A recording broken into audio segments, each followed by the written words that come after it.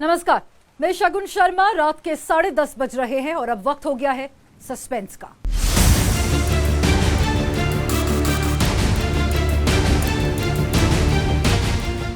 पापा ने ही ये बात कही और जिसको जहर दिया गया वो कहे कि हमको जहर दिया गया है।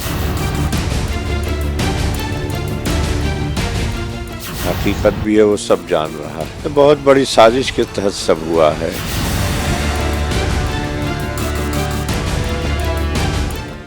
पांच बार का विधायक और IS 191 का सरगना, समर्थकों के लिए रॉबिनहुड तो कोर्ट की नजर में एक कुख्यात अपराधी। इस पहचान के साथ मुख्तार अंसारी ने कल आखिरी सांस ली। मेडिकल बुलेटिन में मौत की वजह हार्ट अटैक बताई गई, लेकिन परिवार को लगता है कि मुख्तार को जहर देकर मारा गया है। कांग्रेस के कुछ नेताओं ने भी मुख्तार की मौत पर सवाल उठाए हैं। इसलिए आज सस्पेंस में आप देखिए क्या है माफिया की मौत का सस्पेंस।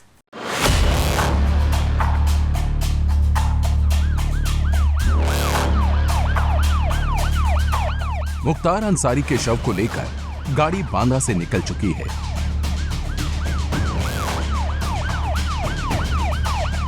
कुछ देर में यह काफिला गाजीपुर पहुंचेगा और वहीं पर मुख्तार को सुपुर्दे खाक किया जाएगा। बेजान जिस्म तो दफन हो जाएगा, लेकिन मुख्तार के परिवार के कई सवाल हैं जो अभी जिंदा हैं।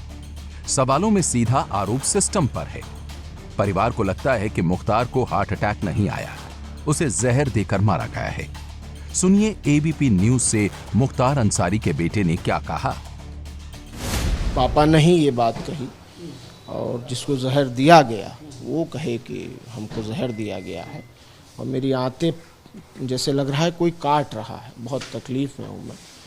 और वो साबित भी हुआ कि उनको फिर ICU में शिफ्ट किया गया। उनकी तबीयत बहुत ख़राब थी। फिर न जाने डॉक्टर को स्वतंत्र तरीके से इलाज नहीं करने दिया गया और 12 ही घंटे में पीठ ठोक के और कि आप बिल्कुल फिट हैं, आप वापस जाइए तन्हाई बैरिक में बांदा की जेल के। ठीक है, अब तो भाई जुडिशियल कस्टडी में हैं, आप जैसे चाहोगे हमें रखोगे। खाने में जहर दिलवा चुके थे, इलाज मुकम्मल होने नहीं देंगे, जेल भेज दिया गया। इतना ही नहीं, पोस्टमार्टम के बाद मुख्तार अंसारी का शव लेने के लिए जब उनका बेटा उमर पहुंचा तो उससे पहले उमर ने बांदा के DM को एक चिट्ठी लिखी। इस चिट्ठी में उमर ने मांग की कि उनके पिता का पोस्टमार्टम दिल्ली एम्स के डॉक्टर से करवाया जाए, क्योंकि अंसारी फैमिली को बांदा मेडिकल कॉलेज की रिपोर्ट और मेडिकल बुलेटिन पर भरोसा नहीं है। कल तबीयत इतनी ख़राब थी कि कल दिन में भी बेहोश हो गए। वीडियो कॉन्फ्रेंसिंग पे पेशी पर आए। मुझसे 3:30 बजे PCO के माध्यम से जब जो परिजन से बात होने की सुविधा एक है उससे बात हुई तो खुद बताया कि मैं बेहोश हो गया। आदमी आशंका व्यक्त कर रहा है कि मुझे जहर दिया गया है, मुझे मार दिया जाएगा। एक आदमी कह रहा है कि मेरी तबीयत इतनी ख़राब है कि मैं मुट्ठी अपनी नहीं बंद कर पा रहा हूँ। मुट्ठी इसलिए नहीं बन पा रहा हूँ, कमज़ोरी इतनी है, मुट्ठी नहीं बंद कर पा रहा हूँ। और हाल ये है कि उसको 12 घंटे ICU में रखा जाएगा और फिर ऊपर से इतना प्रेशर आ जाएगा कि वापस जेल। तो सब सोचने की बात है। उमर ने पिता खोया है, मां कानून की नजर में फरार है, बड़ा भाई जेल में है और भाभी जमानत पर हैं। इस बीच तमाम विपक्षी दलों ने भी मुख्तार की मौत पर सवाल उठाए। हालांकि योगी सरकार ने 24 घंटे के भीतर बड़ा फैसला लेते हुए मुख्तार अंसारी की मौत की न्यायिक जांच के आदेश दे दिए हैं। ABP न्यूज पर मुख्तार के भाई सिगबतुल्ला ने भी कहा कि ये मौत नहीं, साजिश है। हाँ, अब तो जो कह रही है सरकार, मीडिया, उसको ही सुन रही है दुनिया, लेकिन हकीकत भी है, वो सब जान रहा है। बहुत बड़ी साजिश के तहत सब हुआ है। इसके लिए सुप्रीम कोर्ट में भी हम लोगों की तरफ से अनुरोध किया गया था, हाई कोर्ट में भी, तमाम कोर्टों में जहां उनके केस चल रहे थे कि ऐसा किया जाएगा, ऐसा किया जाएगा, और वही हुआ जिसका डर था। मौत से करीब एक हफ्ते पहले मुख्तार अंसारी की ओर से 21 मार्च को कोर्ट को एक चिट्ठी लिखी गई थी। इस चिट्ठी में भी मुख्तार ने कहा था कि जेल में उसे मारने की साजिश रची जा रही है। मुख्तार अंसारी के भाई अफजाल अंसारी मीडिया से कह चुके हैं कि उसरी चट्टी कांड में मुख्तार की गवाही ना हो, इसके लिए मुख्तार को जेल से ही जहर देकर मारने की साजिश रची जा रही थी। अब सवाल यह है कि आखिर उसरी चट्टी कांड क्या था? मुख्तार की गवाही से किसे खतरा था और क्या वाकई अफजाल अंसारी के आरोपों में कोई दम है। बात है 15 जुलाई 2001 की। उस दिन माफिया अंसारी के काफिले पर घात लगाकर हमला हुआ था। मुख्तार अंसारी अपने काफिले के साथ मोहम्मदाबाद से निकला था। उसरी चट्टी के रेलवे फाटक पर मुख्तार का कोई इंतजार कर रहा था। मुख्तार के काफिले की कुछ गाड़ियां रेलवे फाटक के इस तरफ थीं और कुछ उस तरफ। पास खड़े ट्रक से शूटर्स निकले और मुख्तार को टारगेट करके गोलियां दागनी शुरू कर दी। मुख्तार ने भी पलटवार किया। इस हमले में मुख्तार के कुछ सुरक्षाकर्मी मारे गए।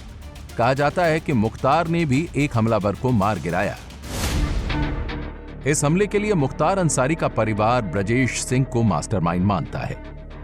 माफिया डॉन ब्रजेश सिंह इस वक्त जमानत पर बाहर हैं। खुद पूर्व एमएलसी हैं और पत्नी वर्तमान में एमएलसी हैं। इलाहाबाद हाई कोर्ट ने उसरी चट्टी कांड में अगस्त 2022 में ब्रजेश सिंह को जमानत दे दी थी। इस केस में मुख्तार ही गवाह थे। मुख्तार के परिवार का आरोप है कि मुख्तार के दुश्मन ये गवाही नहीं होने देना चाहते थे। अब से कुछ घंटे बाद मुख्तार अंसारी को सुपुर्दे खाक कर दिया जाएगा। मुख्तार की मौत के बाद गाजीपुर के मोहम्मदाबाद में उनके घर पर मातम पसरा हुआ है। इस बीच सस्पेंस मुख्तार अंसारी की बीवी पर भी है कि क्या वो मुख्तार अंसारी की अंतिम रस्म में शामिल होगी या नहीं। फिर सस्पेंस इसलिए है क्योंकि मुख्तार की पत्नी अफसा कहां पर है ये यूपी पुलिस को भी नहीं है।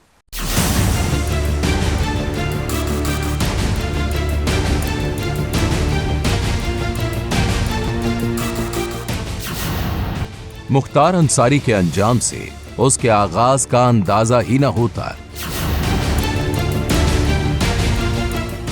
मुख्तार का जन्म एक ऐसे परिवार में हुआ था जिनकी इज्जत पूरे देश में थी। मुख्तार के दादा आजादी के आंदोलन का एक बड़ा नाम थे। 1926-27 में वो भारतीय राष्ट्रीय कांग्रेस के अध्यक्ष भी रहे थे। गांधी और नेहरू के साथ मिलकर स्वाधीनता संग्राम को मजबूत करते थे। मुख्तार अंसारी के नाना ब्रिगेडियर मोहम्मद उस्मान के नाम से तो पाकिस्तान आज भी कांपता है। वो 1947 की लड़ाई में पाकिस्तान से लड़ते लड़ते शहीद हुए थे।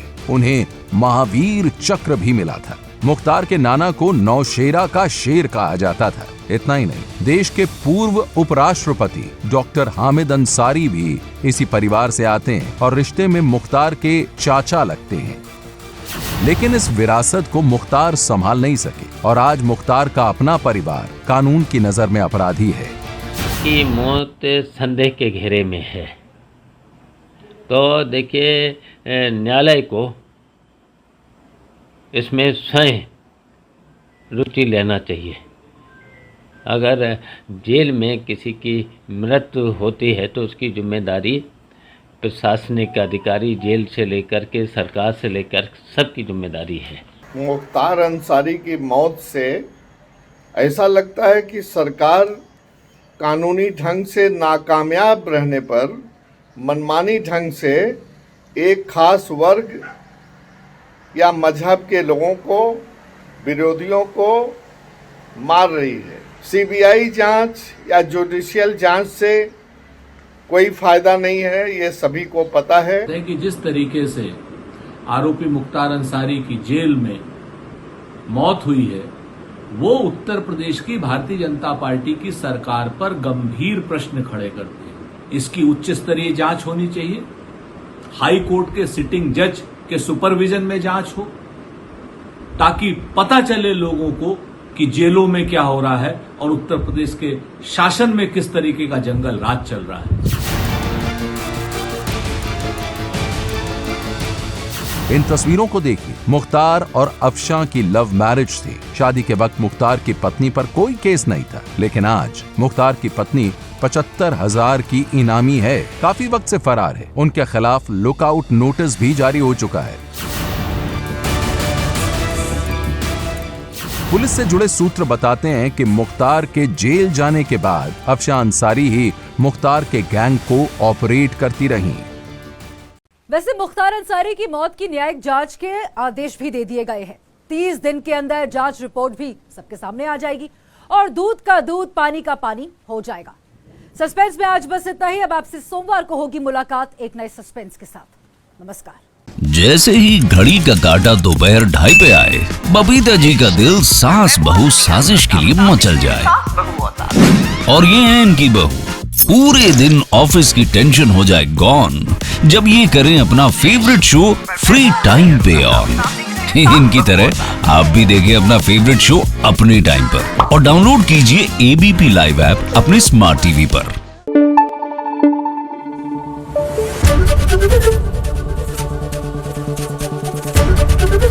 एबीपी न्यूज आपको रखे आगे।